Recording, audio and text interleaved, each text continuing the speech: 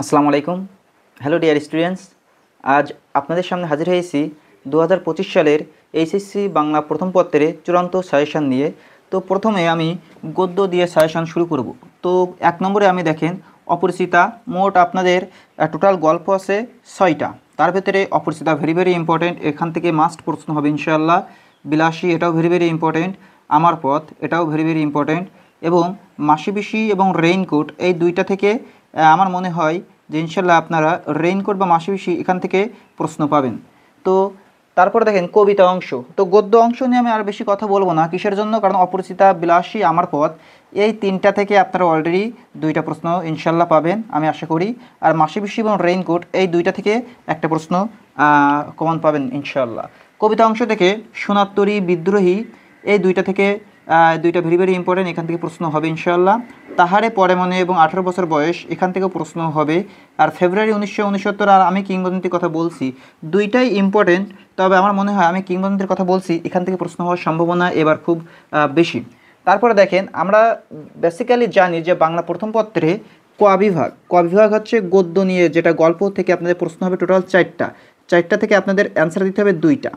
তারপরে দেখেন খ বিভাগ থেকে মানে কবিতা অংশ, যেখান থেকে প্রশ্ন থাকবে হচ্ছে 3টা, আপনাদের অ্যান্সার দিতে হবে 2টা। তারপরে দেখেন গ বিভাগে উপন্যাস থেকে প্রশ্ন থাকবে 2টা, আপনাদের অ্যান্সার দিতে হবে 1টা। আর ঘ বিভাগ, যেখানে আপনাদের নাটক থেকে 2টা প্রশ্ন থাকবে, সেখানে অ্যান্সার দেবে কয়টা? 1টা। টোটাল আপনারা 6টা প্রশ্ন পাচ্ছেন, এবং এই 6টা অ্যান্সার দেওয়ার পরে আপনাদের ইচ্ছা মতন যে কোনো গদ্য, কবিতা, উপন্যাস বা নাটক থেকে যে কোনো জায়গা থেকে একটা প্রশ্ন আপনারা অ্যান্সার দিতে পারেন। তো আমি এখানে কথা কম বলি, কিসের জন্য, কারণ বাংলা প্রথম পত্র যেহেতু আপনাদের গদ্য অংশ এবং কবিতা অংশ খুব কম পরিমাণেই গল্প এবং কবিতা আছে। তার ভেতরে অপরিচিতা, বিলাসী, আমার পথ, এগুলো ভালো করে পড়বেন। সোনার এবং এই যে তাহারে পরে মানে 18 বছর বয়স, আমি কিংবদন্তির কথা বলছি, এগুলো ভালো করে পড়বেন। বিদ্রোহীটা খুব ইম্পর্টেন্ট, এগুলো ভালো করে পড়বেন। আর আপনাদের একটা কথা বলি, এমসিকিউ এর জন্য আপনারা কী করবেন? অনেকে প্রশ্ন থাকে, ভাই এমসিকিউ কী করব? দেখেন, আমি কিন্তু 2019 সালে যখন পরীক্ষা দিয়েছিলাম, তখন আমার এমসিকিউ হয়েছিল বাংলা প্রথম পত্রে 29টা। তো আমি আশা করি আমার মতো স্টুডেন্ট যদি 29টা এমসিকিউ অ্যান্সার করতে পারে, আপনারা আরও তার থেকে বেশি করে 30টাই হবে আশা করি ইনশাল্লাহ। তো দেখেন, এই যে এমসিকিউতে ভালো করার জন্য আপনারা মেইন বুকটা খুব ভালো করে পড়বেন, মানে আপনাদের যেটা বোর্ড বই সেটা খুব ভালো করে পড়বেন। আর সাপ্লিমেন্ট যেটা আছে সেটা 2017 থেকে 23 সাল, এগুলো ভালো করে পড়বেন। মানে যেগুলো এমসিকিউ আছে 17 সাল থেকে 2023 সাল, 24 সালটা একটু দেখতে পারেন। তারপরে দেখেন টেস্ট পেপারও একই দিছি, দেখেন 2017 থেকে 2023 সাল পর্যন্ত এগুলো দেখবেন। এখন প্রশ্ন হচ্ছে যে ভাইয়া এটা তো গেল এমসিকিউ, আচ্ছা সিকিউতে ভালো করার নিয়মটা কি? দেখেন, সিকিউতে কিন্তু অনেকে অনেকভাবে লেখে, কিন্তু সিকিউতে ভালো করার একটা ট্রিক্স আছে।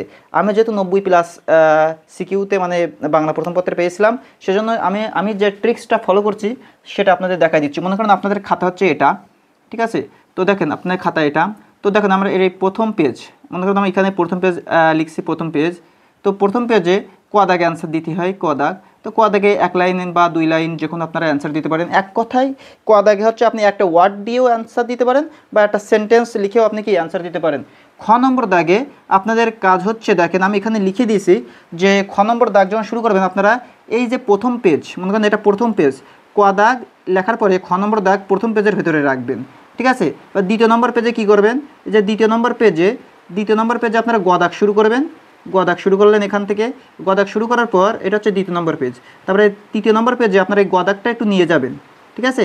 এই তৃতীয় নম্বর পেজে আপনারা কি করবেন, তৃতীয় নম্বর পেজে গ দাগ এই পর্যন্ত নিয়ে যাবেন, ঠিক আছে? এই পর্যন্ত নিয়ে যাবেন। তারপর আপনার এখান থেকে ঘ দাগ শুরু করলেন।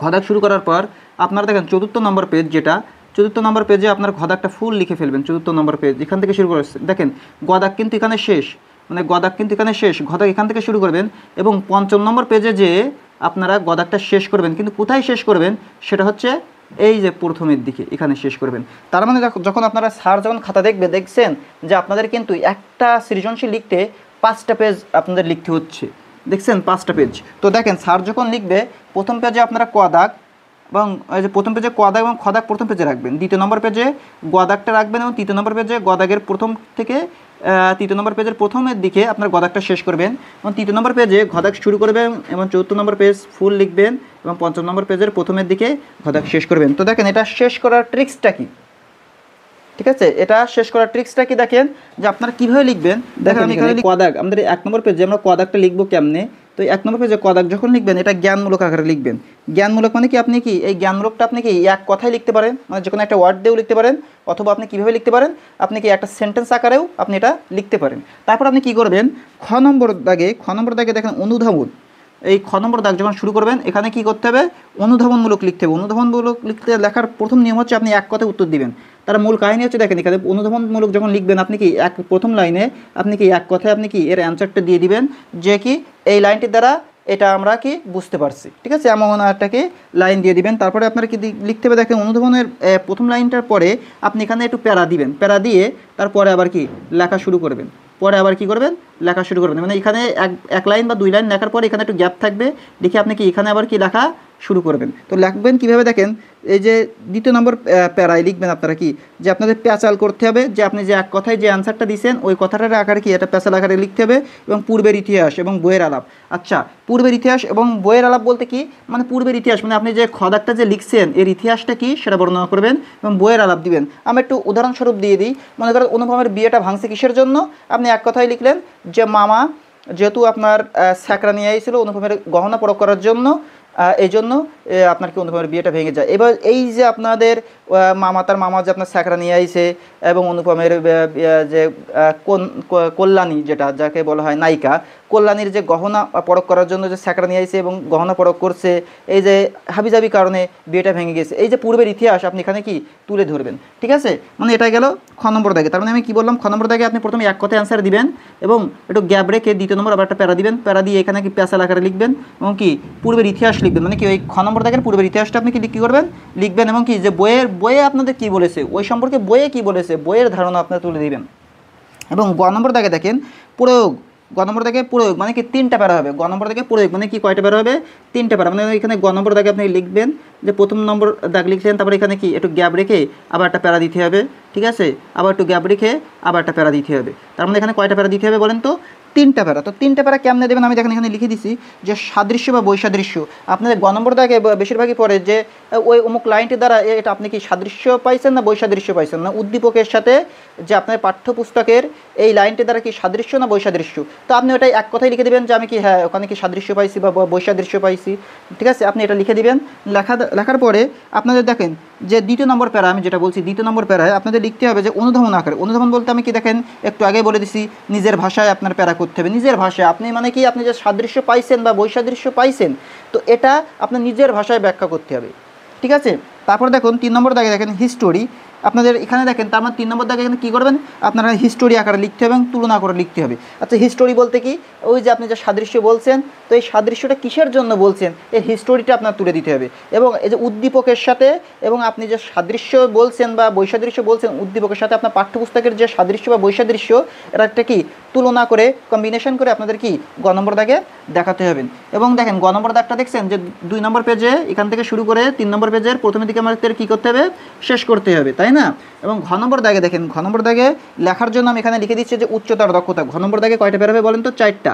প্রথমে আপনি একটা লাইন আকারে লিখতে পারেন, তারপরে কি করবেন প্যারা করে একটু ফাঁকা করে 2টা লাইন লিখবেন, আবার একটু প্যারা করে আবার একটু লিখবেন, ঠিক আছে। এইভাবে কয়টা প্যারা লিখতে হবে, 4টা প্যারা লিখতে হবে। ওকে, তো 4টা প্যারা কীভাবে লিখবেন, প্রথমত আপনি কি জ্ঞানমূলক আকারে লিখবেন, যেটা আপনি আসলে কি বুঝিয়েছে এটা ব্যাখ্যা চাইতে পারে, ঠিক আছে, এমন আপনি জ্ঞানমূলক আকারে লিখবেন।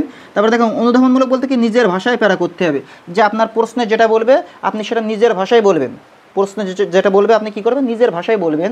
এবং তারপর দেখেন আমি 3 নম্বর প্যারা আপনাকে হিস্টোরি বলতে হবে। হিস্টোরি বলতে কি ওই যে আপনাদের উদ্দীপক যে আপনাদের প্রশ্নের যে ব্যাখ্যাটা চাইছে এর আসলে কি বুঝিয়েছে, প্রেক্ষিতে উদ্দীপকের প্রেক্ষিতে কী বুঝিয়েছে, পাঠ্যপুস্তকে আপনি কোন বিষয়ের সাথে সাদৃশ্য বা বৈসাদৃশ্য মিল পাচ্ছেন, যে বলছিলাম না গদাগে যে একটা হিস্টোরি তুলনা করবেন, যে আপনার উদ্দীপকের সাথে যে আপনাদের পাঠ্যপুস্তকের যে একটা হিস্টোরি এটাকে তুলনা করবেন এবং কি সাদৃশ্যের মিল খুঁজবেন, তাই না।